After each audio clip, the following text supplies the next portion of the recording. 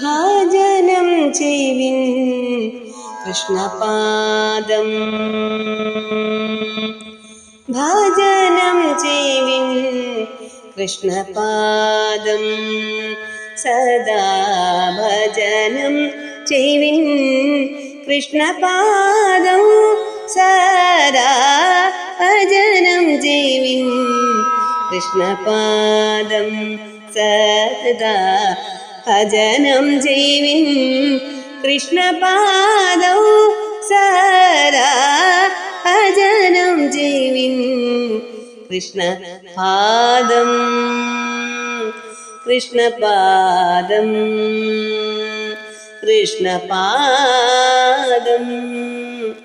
കൃഷ്ണപാദം.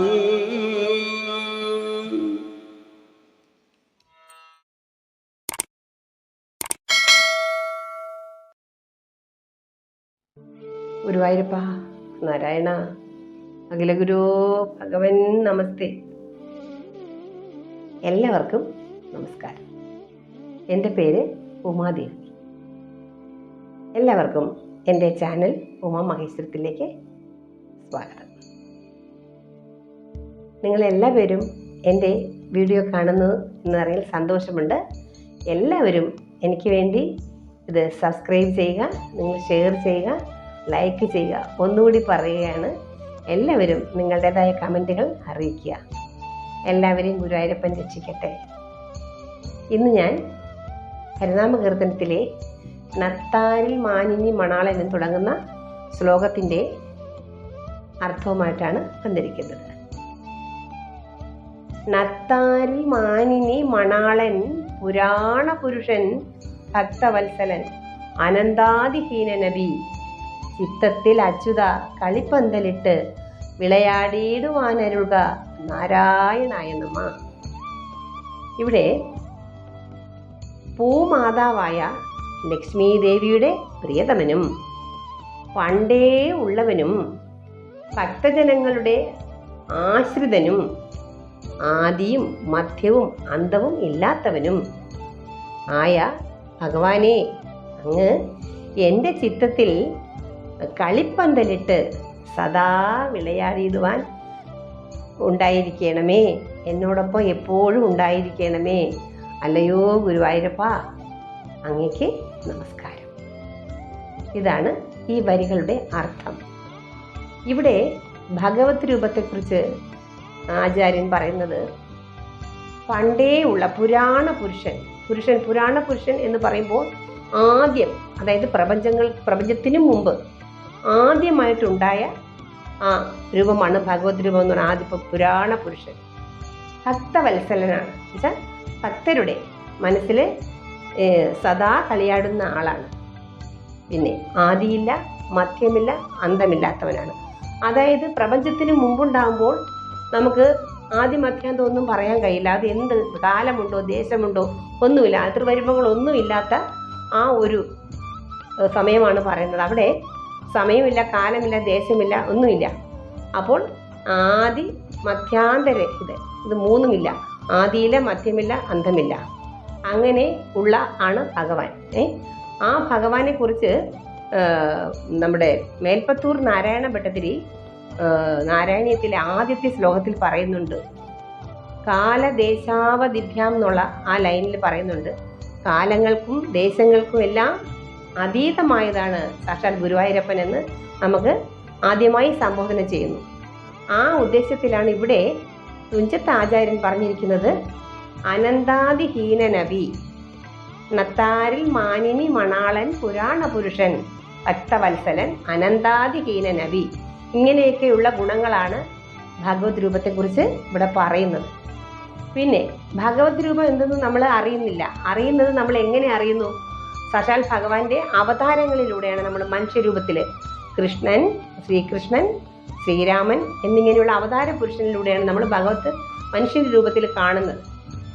ആ ഭഗവാൻ എന്തിനാണോ വന്നിരിക്കുന്നത് ഇവിടെ വന്നിരിക്കുന്നത്, ശ്രീരാമനാണെങ്കിലോ അധർമ്മമെന്ന രാക്ഷസനെ നിഗ്രഹിക്കാൻ, ശ്രീകൃഷ്ണനാണെങ്കിൽ കംസൻ എന്ന അധർമ്മത്തെ നിഗ്രഹിക്കാൻ, അതിനോടൊപ്പം എന്തെല്ലാം അധർമ്മങ്ങൾ ഈ ഭൂമിയിലുണ്ടോ അതെല്ലാം തുടച്ചു മാറ്റാനും ഭക്തർക്ക് കാര്യങ്ങൾ മനസ്സിലാക്കാനും പറഞ്ഞ് അനുഗ്രഹിക്കാനുമാണ് ആചാര്യ രൂപത്തിലാണ് മനുഷ്യൻ്റെ അവതാരത്തിൽ ഭഗവാൻ വന്നിരിക്കുന്നത്.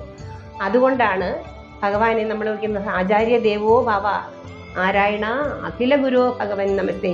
ഈ സമസ്തത്തിനും വന്ന് അവതാരമെടുത്ത് വന്ന് നമുക്ക് ഉപദേശങ്ങൾ തന്ന സാക്ഷാൽ ശ്രീകൃഷ്ണനാണ്. അതിന് ഏറ്റവും നമുക്ക് പറയാനുള്ള ഏറ്റവും വലിയ ഒരു ഗുരു.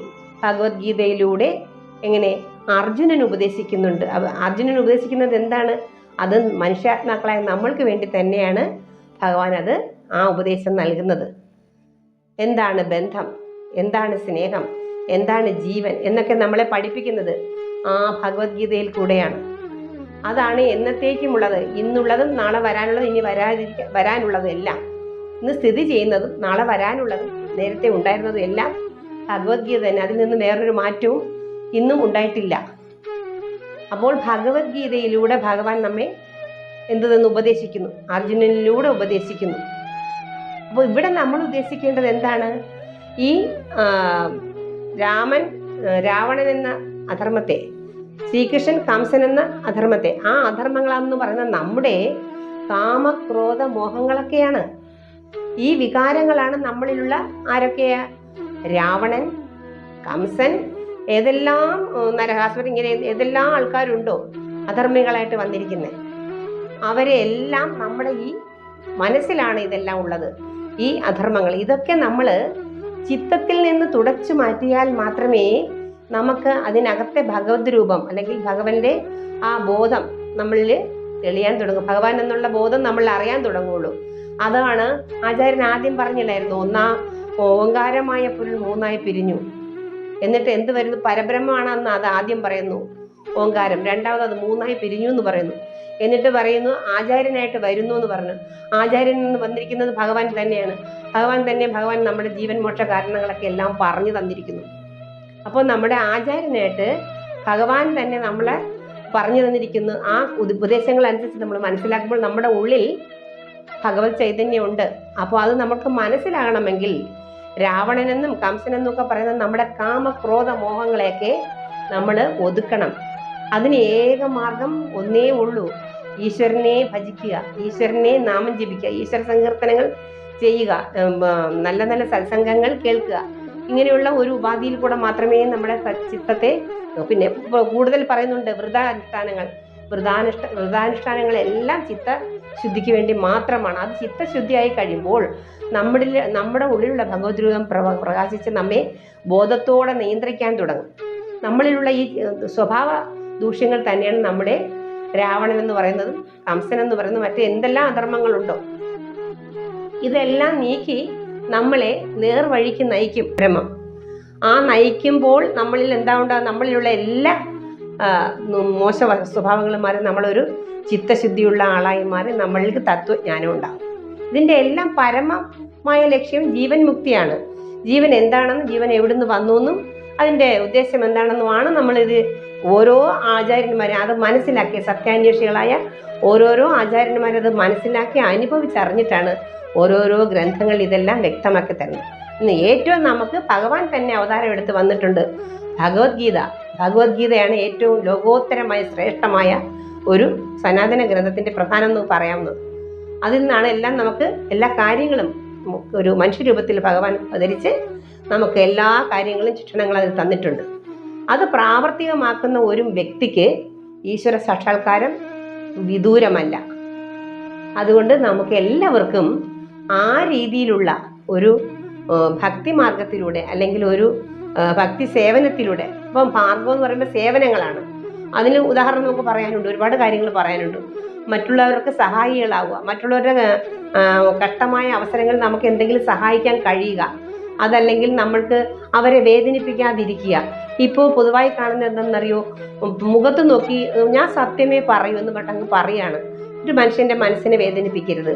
അപ്പോൾ അവർക്ക് എന്തെങ്കിലും അത്യാപത്തായിട്ട് വന്ന് നിൽക്കണമെങ്കിൽ അതിനെ കൂട്ടി പറഞ്ഞു കൊടുക്കുന്ന ആൾക്കാരെ ഉണ്ടാവുള്ളൂ, അല്ലെങ്കിൽ ഒരു അവസരം വരുമ്പോൾ അത് തടുക്കുന്ന ആൾക്കാരെ ഉണ്ടാവും. ഇതൊക്കെയാണ് കംസൻ, ഇതൊക്കെയാണ് രാവണൻ, ഇതൊക്കെയാണ് നമ്മുടെ മനസ്സിലെ കാമക്രോധ മോഹങ്ങൾ ഉണ്ടാകുന്ന മറ്റ് പരിണിത ഫലങ്ങൾ.